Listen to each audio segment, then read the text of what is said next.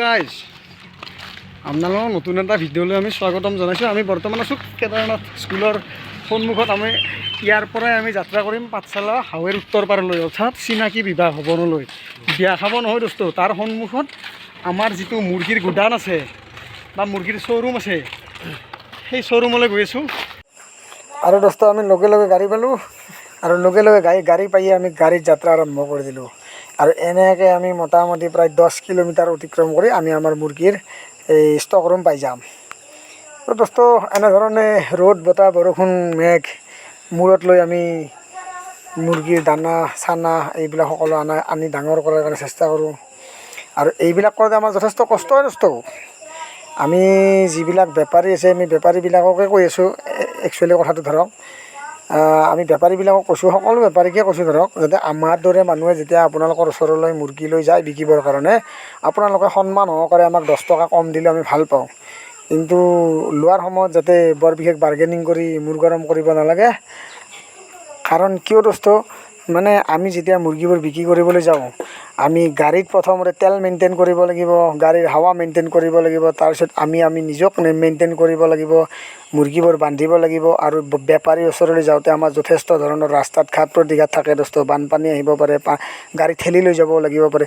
তাৰপিছতো যদি ধৰক নলৌকৈ মালটো লৈ যদি আপোনাৰ আলমাৰীৰ ভিতৰত সোমাই দিলে, জুখিলোঁ, তাৰে পিছত ধৰক পইচা নাই, যা আজি কি কৰা কৰ, ধৰক আনৰেচপেক্টেড, মানে সেইটো কোনো মানে সেইটো আৰু সন্মান যাচিবলগীয়া ব্যক্তিয়ে নহয় ধৰি লওক।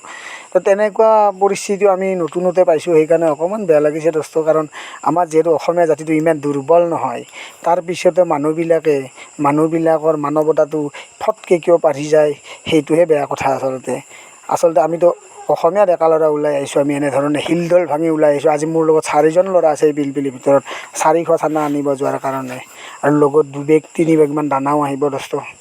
গতিকে যেতিয়া বেপাৰীবিলাকে আমাক এটা ভাল ৰেচপেক্ট কৰিব, আমিও বস্তুটো বিক্ৰী কৰি ভাল পাম। আৰু সেইটো ডাঙৰ কথা নহয়, ভৱিষ্যতে আমি যিটো কাম কৰিম প্ৰতিটো ক্ষেত্ৰতে আমাৰ মনবিলাক ভাল লাগিব, আৰু মনবিলাক ভাল লাগিলে এনাৰ্জি বাঢ়িব, এনাৰ্জি বাঢ়িলে আমি কামটো কৰাত সুবিধা পাম দোস্ত, বা উৎসাহ বাঢ়িব কামটোত।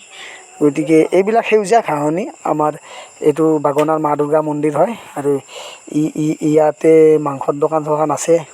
আমি ঠগাই দিলোঁ দোস্ত, এই বাগনাতে এজন বেপাৰীক আমি মাংস দিব লগা আছিল, কিন্তু সিদিনা ৰবিবাৰ লাগিছিল। কিন্তু ৰবিবাৰৰ দিনটো যোৱাৰ পিছত সোমবাৰ আহি গ'ল, সোমবাৰৰ দিনাখন আমি মনত পৰিছে, কিন্তু ৰবিবাৰ গুচি গ'ল। চ' সেই বেপাৰীজনকো কৈছোঁ, বেয়া নাপাব দাদা, নেক্সট টাইম আপোনাকো দি দিম, কাৰণ আপোনালোকৰ কাৰণে ওলাই আহিছোঁ আমি এনেধৰণে।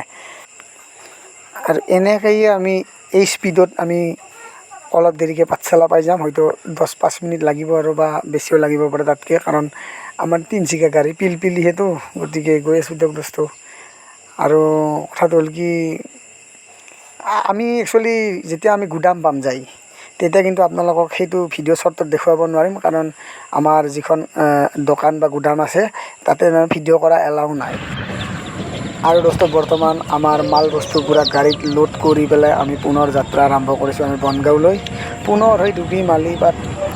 আৰু দোস্ত আমি টাউনৰ মাজেৰে যাব লাগিব না, গতিকে অলপ লাহে ধীৰে যাব লাগিব। আৰু তাতে জানেই স্পীড ব্ৰেকাৰ আছে, আৰু আমাৰ যিটো 31 নম্বৰ ৰাষ্ট্ৰীয় ঘাইপথ আছে তাতে ব্ৰিজ বনাই আছে, আমি অলপ ঘূৰিও যাব লাগিব।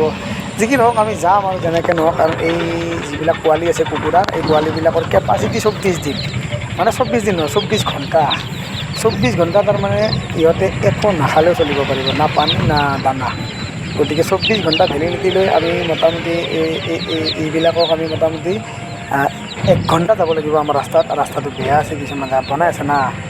গতিকে আমি এনেদৰে গৈ আছোঁ। পিছফালে আমাৰ দুটা বন্ধুৱে মুৰ্গীখিনি ধৰি আছে, আৰু আমি আগফালে গৈ আছোঁ এনেধৰণে।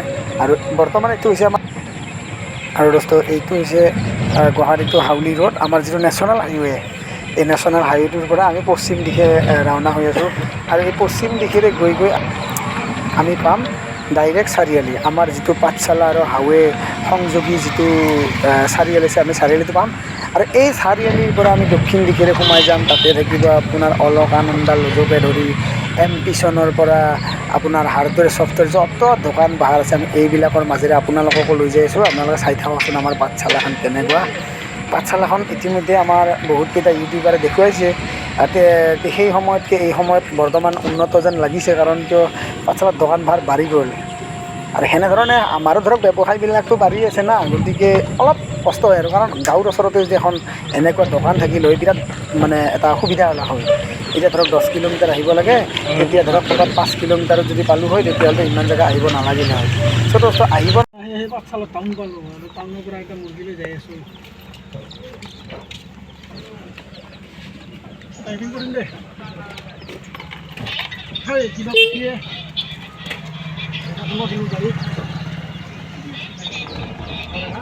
ধৰে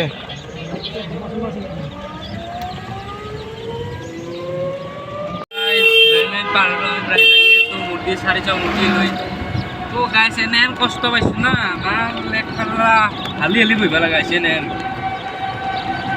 মানুহত কৰি মুৰ্গীৰে দাম হৈছে। তো গাইছ যাই পাই মুৰ্গী কেনেকৈ থওঁ দেখাই আছোঁ। গাইছ আমি অৱশেষত মুৰ্গী লৈ ঘৰ আহি পালোঁ আৰু মুৰ্গীৰ পোৱালিবিলাক বৰ্তমান আমি বৰ্ডিঙত সোমাই থৈছোঁ আৰু তাতে সুন্দৰভাৱে লাইটৰ পোহৰ চৰ দি মজাকৈ থৈ দিছোঁ, দানা পানী চব খাব দিছোঁ। এতিয়া সিহঁতে খাই আছে, আপোনালোকে চাব পাৰে। এনেহেন হ'ব মানে বৰ্তমান এনেহেন লাগে দেখোন তাক যেন বিশ্বকাপ চাবাহে ৰখি আছে গোটেই মাহাই, যেন লোকে লোকাৰণ্য হৈ পৰি আছে। অলপ দেৰিকৈ ধৰা ৰনাল্ডো ৰিভাল্ডো ধৰা ফিল্ডত নামিব, গোটেই তাৰ দৰ্শকৰ মাজত পূৰা উৎসাহ উদ্দীপনা আছে। খেলাৰ ফিল্ডৰ মাজত ধৰক পানী চানী খোৱাৰ ব্যৱস্থা আছে, ওপৰৰ পৰা হেলিকপ্টাৰেদি দানা পানী ছিটাই আছে, টেনশ্যন নাই।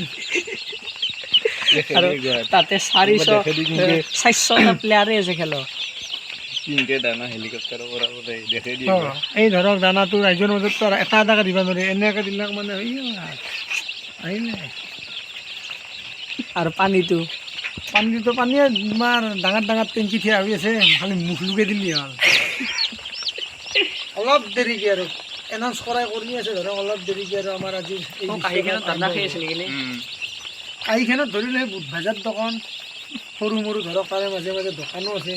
এই এখন ধৰক দোকান, এই সেই এখন দোকান, এইবিলাক আৰু বুট ভাজা পাপৰৰ দোকান।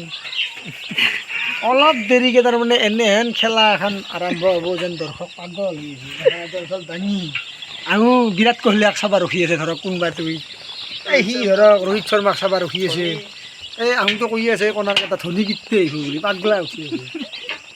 তাৰমানে এনেহেন হৈছে তাৰমানে যেন আপোনাৰ এইটো কি কয় আমাৰ এই কি ফিল্ডখনে আমাৰ গুৱাহাটী সৰু সজাই ষ্টেডিয়ামত যেন আহাবাৰৰ বিশ্বকাপৰ কাৰণে যেন এটা বিৰাট কিবা তোমাৰ নতুনকৈ এখন তুমুল খেলা হৈছে, তাৰমানে বিৰাট প্ৰতিদ্বন্দ্বিতা হ'ব আৰু ইণ্ডিয়া আৰু বাংলাদেশৰ মাজত ধৰক সেইকেইটা মিয়া ধৰক তাৰ দৰ্শক এটা বাংলাদেশৰ কাম নাই আৰু দিয়া ইয়াৰ